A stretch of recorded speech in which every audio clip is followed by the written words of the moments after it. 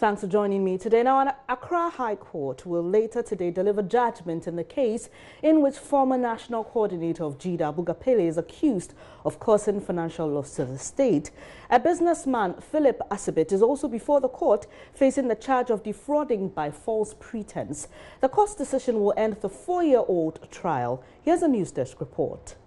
The Gyeeda scandal was one of the most controversial issues in the latter part of 2013 and early 2014. Former Gyeeda boss and a businessman, Philip Asibit, were arraigned before court in January 2014, while Bugapele was slapped with different counts of willfully causing financial loss to the state. Mr. Asibit was charged with defrauding by false pretense. State prosecutors told the court Pele and Asibit signed an MOU without recourse to the Minister of Employment or the Attorney General. Mr. Asibit is said to have given false representation that he had secured a $65 million loan facility from the World Bank for the implementation of a youth development program. He also claimed to have employed 250 youth to support the implementation. Prosecutors argued his false claims led the state to part with 4.1 million cedis, and he subsequently failed to deliver as captured in the agreements. Both accused persons pleaded not guilty to all the accusations leveled against them. Judgment will be delivered later this morning by trial judge Justice Ifyasewa Asare-Boche.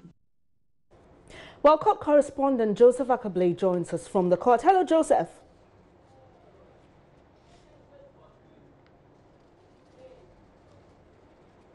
I am at the Law Court Complex here in Accra.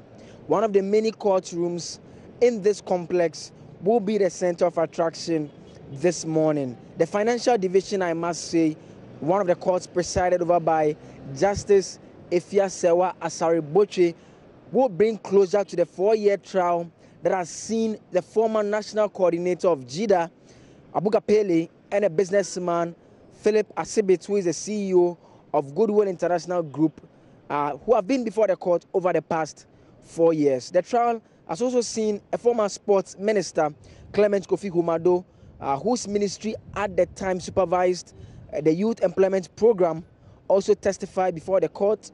He had told the court that he relied on the expertise of Mr. Bugapele in giving that approval for the monies to be paid to Mr.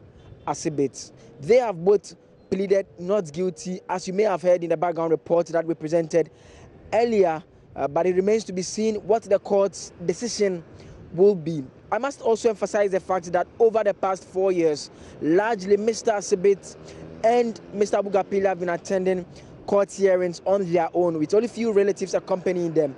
But with today being a decision day, we can't expect that some family relatives will accompany them, or some relatives, I must say, will accompany them to the Law Court Complex. The other issue has to do with security presence, and from experience, we expect some increased security presence here at the court premises. In terms of the numbers that will be making it into the courtroom, I can't say for a fact that we expect the courtroom to be filled, because in the past it has been largely empty.